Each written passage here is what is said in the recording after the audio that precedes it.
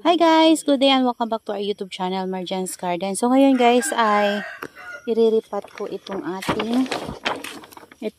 yung ating beltana.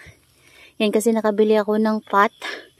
Same guys dito sa pot na to. So ganyan kalaki. So gusto ko siyang iripat sa ganyan para partner na sila. Sobrang bigat nito guys, grabe. Ayan. Ayan. So, ayan yung pot natin. Ready ko na. Nilagyan ko rin siya ng carabao manure. Ayun yung carabao manure guys. So, ayan. Tapos, ito ililipat natin sa pot na to. Ayan. So, ayan guys. Hiningal ako kasi ang bigat talaga nung beltana natin. Grabe. Yung pot kasi nito guys ay cement. So, yung potting mix niya bumaba na kasi nalusaw na yung ating risal. So, tuyo siya kasi doon banda sa area na yun guys, hindi maulanan. So, yung dilig ko sa kanya, or kapag nababa yung UV plastic na hinarang ko sa taas, yun, mababasa sila doon kapag umulan. So, yan. Moist itong gamit natin na potting mix yan. Hinaluan ko na rin to guys ng fresh na risal. So, gagawin ko dito ay bubunutin ko to guys.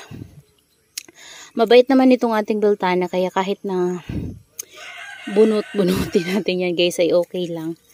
Ayan o. Ganyan lang. Ayan. O, buo natin siya makukuha. So, gagawin ko, ganyanin natin to sa gilid. Ayan.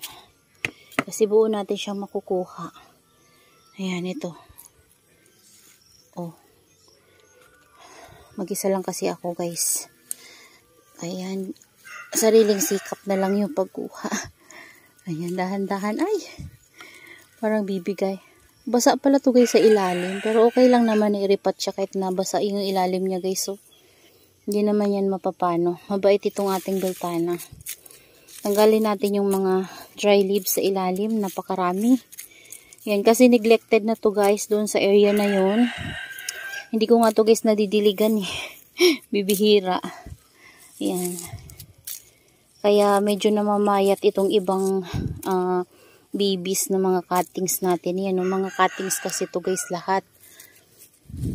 Kapag alaga sila guys sa dilig, ang tataba nila. Ayan. Gaganon lang natin, no. Oh, puno siya. Ito ang taba nito, oh. Sobrang laki na niya. Ganyan natin. And sakto guys, kasi sisimula na yung paggawa ng greenhouse. Sakto naman yung paggawa ng bago natin na greenhouse. Biglang bumigay yung patungan natin dito sa labas, yung naka-ROS natin ng mga succulents. Bumigay yung niya guys, kaya nalaglag yung mga nakapatong natin ng mga pots. So, hinayaan ko na muna. Hindi ko na muna guys kinalaw para hindi na muna magalaw yung roots nila kasi bumagsak na durog nga yung ibang guys, yung ibang cactus. Hindi yung iba natin na nakatanim na succulents. Hinayaan ko na lang muna. So, ayun. Gagamitin ko pa rin itong sa top niya. Kasi mayroon tong yan o, yung osmocot na nilagay ko. Yan, okay naman yung pot nito, yung potting mix niya. Wala naman siyang mealybugs. Ayan. Yan, lalagay natin dito. Yan. Grabe guys. Kapagod magtanim ng mag-isa ka lang na ganito kalaki yung pot kasi walang magawak ng camera kaya sariling sikap lang talaga yung natin pagtatanim. Ayan. Ayan, kailangan nating siksikin para hindi natutumba. So, matibay yung puno. Kasi medyo malegi na itong ating mga beltana guys. So, ayan. Kailangan nating siksik yung niya. Yung lupa niya.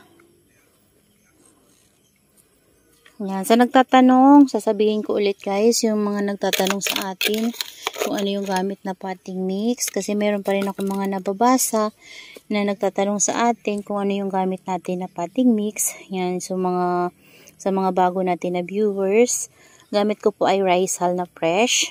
And then yung bulok na. Ayan o, ito, bulok na siya. Kapag ganyan na, hinahaluan ko na yan guys na fresh na rice hull. And then, i-reuse ko lang sila. Ganun yung ginagawa ko. So, dahil ngayon meron tayong carabao manure, naglagay ako ng carabao manure sa kanila. So, nasa sa inyo guys kung ano yung gusto nyong ihalo sa inyong potting mix. Pwede namang vermicast. Yan, pwede yung haluan. Basta compost, pwede yung ihalo. Pero wag yung sobra-sobra guys, kasi yung sobra naman na compost ay nakakamatay naman ng succulents. Ayan, pwedeng chicken manure. Ayan, yung chicken manure na ano na, decomposed na guys. Yan. So, yun. Pwede nyong gamitin yun. Ayan guys. So, okay na siya. So, kahit na ganyan yan siya guys, akyat din yan kapag naarawan na siya. So, ayan. Mayroon pa siyang mga ano, pero tatayo din yan guys kapag naarawan na. Ayan siya. So, yan na guys, yung naripat natin na biltana.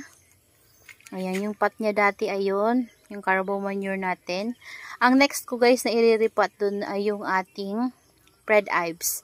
Kasi meron tayong Pred Ives dito. So, iriripat ko siya dyan sa pot na yan. So, ito talaga yung purpose ng pot na to, kaya binili ko para sa ating biltana. Kasi, itong ating biltana ay lumalaki talaga. So, gusto ko silang mapalaki. Ito yung biltana natin na isa. Kaya gusto ko siyang partneran, guys. Ayan, magulo dito. Kasi,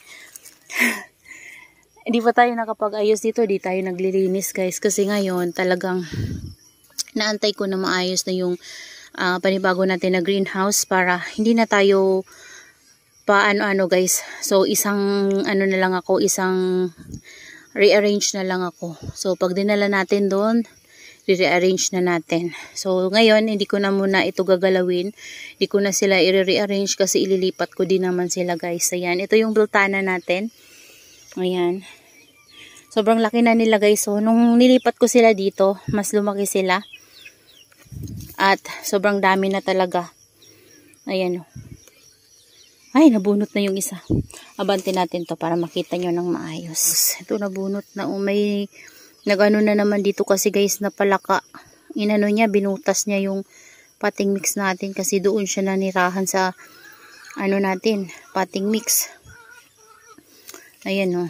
Yan, lilinisan pa to.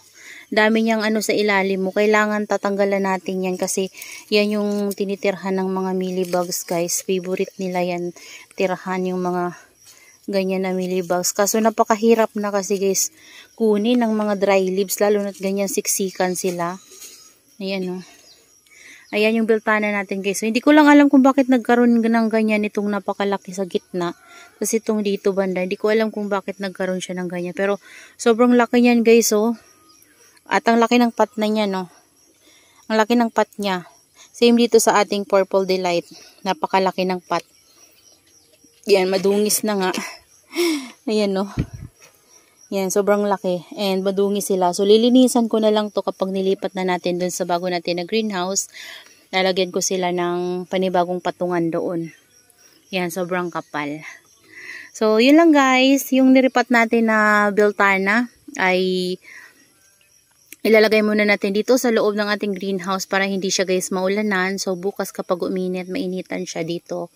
And hindi siya ma-stem rot kasi 'di ba ginalaw natin and medyo basa din yung ano, yung potting mix na gamit natin, tapos yung potting mix niya ay basa din. So, okay naman yun guys, hindi naman maarte itong ating biltana. So, bibigyan ko na lang kayo ng update after ilang days ng pagkaripat natin. After 1 week guys, papakita ko yan sa inyo kung kumusta ba yung ating naripat na biltana. So, next kong iriripat ay ito guys, oh. Yan. Itong Pred Ives na to kasi sobrang laki na niya.